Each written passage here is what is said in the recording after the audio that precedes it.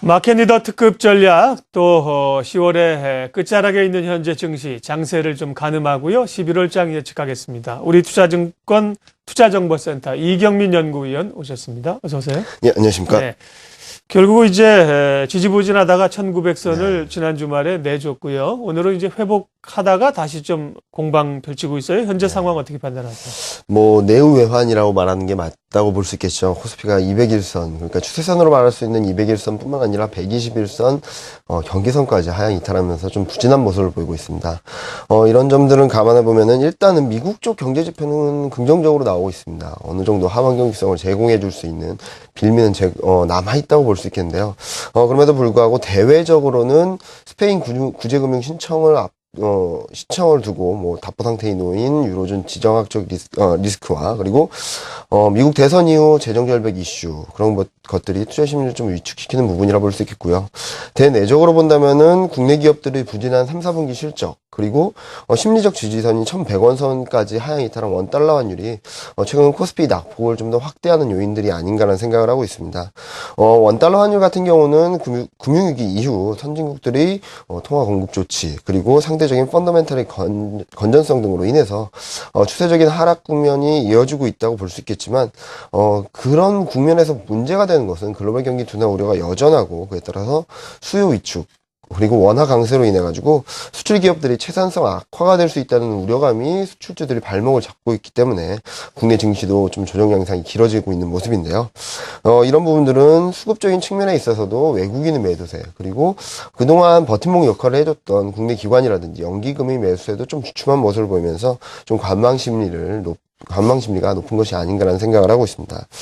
따라서 뭐 포트폴리오 전략 측면에 있어서는 제한적인 수급 여건 하에서 매크로 측면의 불확실성 그리고 외국인 투자 심리로 인해서 뭐 어느 정도 자유로운 중소형주라든지 아니면은 내수주의 선별적인 접근이 유효하다고 볼 수 있겠는데요. 이런 큰 그림상으로는 뭐 내수주 그리고 중소형주들의 매매 전략이 필요할 것으로 보이지만 한 이번 주는 뭐 저점 매수 전략이라든지 특히 수출주나 경기민감주의 비중 확대 전략이 단기적으로는 좀 매매 포인트가 아닌가라는 생각을 하고 있습니다.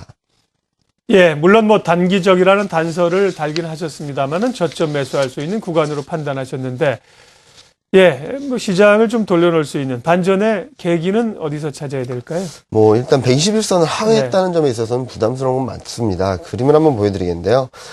지난 주말 좀 돌릴 수 있는 지수대에서 장대 음봉으로 121선을 하향 이탈했고 오늘 장중 흐름을 본다 하더라도 121선 회복미가 안착까지는 좀 시간이 필요하지 않을까라는 생각을 하고 있습니다.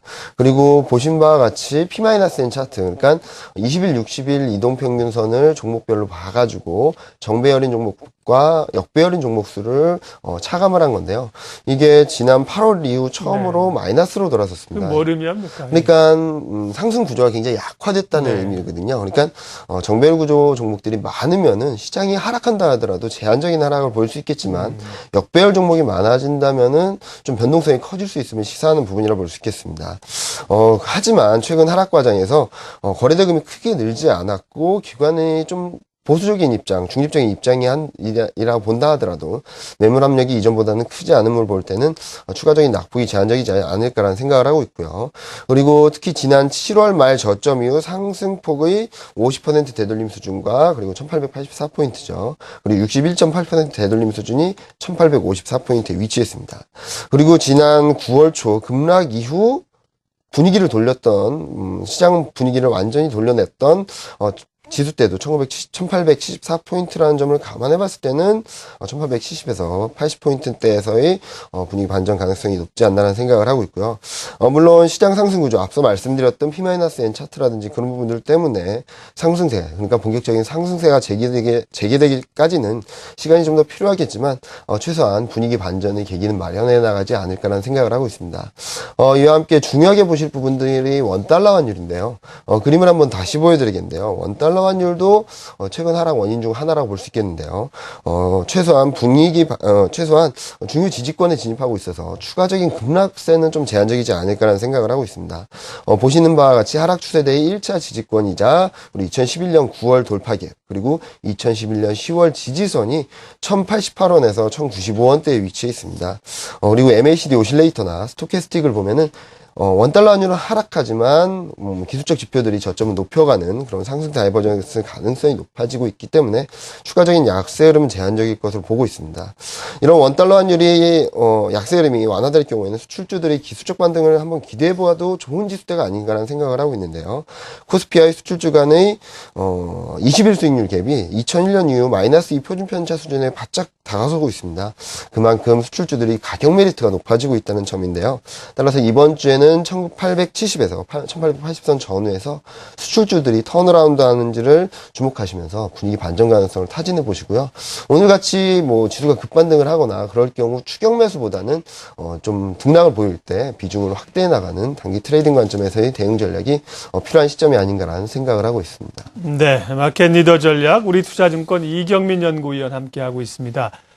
물론 원화의 강세나 외국인의 매도 이런 요인도 있겠지만요. 사실 10월장이 어려웠던 것은 이제 경기에 대한 우려감, 또 이제 그것이 기업들의 실적 악화로 확인돼서 그런 거 아니겠어요? 네, 맞습니다. 그런 면에서 보면 이제 3분기 실적이 발표되고 있는 상황에서 실적 중간 점검 좀 해주세요. 뭐 실적 중간 점검을 하면 시가총액 네. 기준으로 한 40% 정도가 발표됐거든요. 네.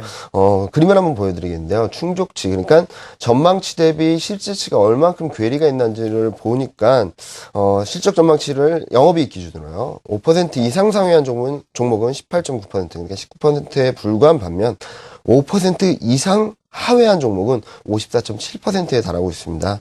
1, 4분기, 2, 4분기를 보면은, 전망치를 상회한 종목과 하회한 종목이 한 40%대로 비등비등한 모습을 보였는데, 최근 들어서 이 3, 4분기는 굉장히 한쪽으로 쏠리니까, 실적 쇼크라고도 볼 수 있는 실적이 나타나고 있는 상황인데요. 하지만 이런 실적 부진에도 불구하고 주목하실 부분은 3, 4분기 영업이익 전망치라든지 4, 4분기 영업이익 전망치가 완만하게 턴어라운드할 조짐을 보이고 있다는 점입니다. 지수 조정 과정에서 실적 부진이 주가에 상당 부분 반영되었다고 볼 수 있겠고요. 앞서 보여드렸던 지표에서 3, 4분기 매출액이 예상치를 크게 벗어나지 않았습니다. 그러니까 예상에 충족한다고 볼 수 있는 마이너스 5%에서 플러스 5%의 전망치에 부합하는 수준을 보면은 63.8% 비중을 차지하고 있거든요. 이런 점을 감안해 봤을 때는 향후에는 3, 4분기만큼이나 4, 4분기 턴어라운드 여부가 중요하지 않나라는 생각을 하고 있습니다. 예. 실적 부진이 불확실성으로 해소될 경우 4, 4분기에 포커스가 맞춰질 것이기 때문인데요. 따라서 4, 4분기 단기 모멘텀 개선세가 나타나는 업종을 살펴본 결과 하드웨어, 디스플레이, 지주회사, 소프트웨어, 보험, 반도체, 상업서비스, 제약바이오, 건설 등 이런 경기민감주들이 상당수 포함되어 있는 것으로 나타나고 있습니다. 특히 하드웨어, 디스플레이, 반도체, 지주회사, 보험, 제약바이오 업종 같은 경우는 최근 수급이 제한적인 흐름에 있어가지고 외국인 매도세가 좀 부담스럽다는 관점에도 불구하고 기관의 매수세가 뒷받침되고 있다는 측면에 있어가지고 상대적으로 견조한 주가 흐름이 예상되지 않나라는 생각을 하고 있고요. 앞서 말씀드렸듯이 수출주들의 가격 메리트가 높아지고 있다는 점과 함께 실적 턴어라운드, 그러니까 4, 4분기 실적 기대감이 아직 남아있는 업종들이 대부분 IT 그리고 제약바이오, 보험 업종이라는 점에 있어가지고는 이런 업종들을 중심으로 기술적 반등 국면에서 트레이딩 관점에서 대응을 하셔도 좋지 않나라는 판단을 하고 있습니다. 네. 이제 3분기 실적이 한 절반 정도, 앞서 한 40% 정도 공개가 됐습니다만 또 투자자들의 관심은 또 애널리스트의 관심은 벌써 4분기로 가 있는 것 같습니다. 그렇죠. 4분기 실적이 좋아질 걸로 예측하신 것들은 그러니까 애널리스트의 이제 추정치나 전망치를 근거로 하신 거죠. 네, 그렇습니다. 그러면요, 앞서는 이제 단기적으로는 내수주, 중소형주 흐름으로 짧게 가자고 하셨고, 4분기 실적이 좋아지는 쪽은 경기 민감주 쪽이 많았단 말이에요. 네. 디스플레이, 반도체, IT. 그러면 이제 결국 연말로 가면서 장이 된다고 하면 지금 중소형 전략에서 대형주, 경기 민감주로 좀 전략을 수정해 가면서 나가겠군요. 네, 지금 현재 네. 보자면은 1850선 전후에서는 중기적으로 보더라도 굉장히 중요한 지수대라고 볼 수 있겠습니다. 네. 충격이 있다 하더라도 1800선 초반까지는 지켜낼 것으로 보고 있고요. 그 이유 중에 하나는 PBR 1배라는 의미라고 볼 수 있겠습니다. 최근 들어서 금융위기 이후에 PBR 수준은 꾸준히 올라왔습니다. 그런 과정에서 PBR 1배 수준은 2000년 이후 보면은 그러니까 실적이 적자로 돌아서거나 GDP GDP 성장률이 마이너스로 돌아서는 그런 흐름이 아닌 이상은 굉장히 중요한 지지선으로 작용했거든요. 따라서 지금 현재 시점에서는 뭐 수출주를 다 팔고 내수주로 가자고 말하기보다는 일단은 추가 하락할 경우에는 내수주가 좀 좋을 수 있습니다. 하지만 좀 긴 호흡, 그러니까 긴 안목에서 본다면은 4, 3분기 포커스가 맞춰지고 4, 4분기 실적이 턴어라운드 할 것을 기대되는 업종들에 대한 관심을 점차적으로 높여가시는 전략이 지금 현재보다는 앞으로 내년 그리고 후년 좀 길게 보시는 관점에서 유효한 대응 전략이 아닌가라는 판단을 하고 있습니다. 예, 마켓 리더 특급 전략 우리 투자증권 투자정보센터 이경민 연구위원 오늘 함께했습니다. 고맙습니다. 예, 감사합니다.